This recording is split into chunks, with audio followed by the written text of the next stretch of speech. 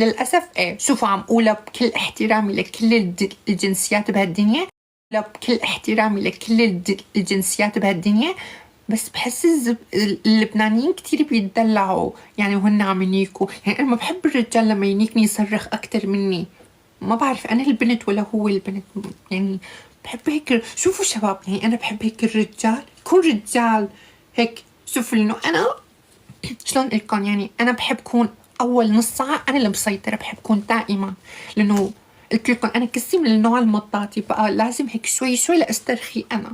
يعني بحب أول شي أنا أكون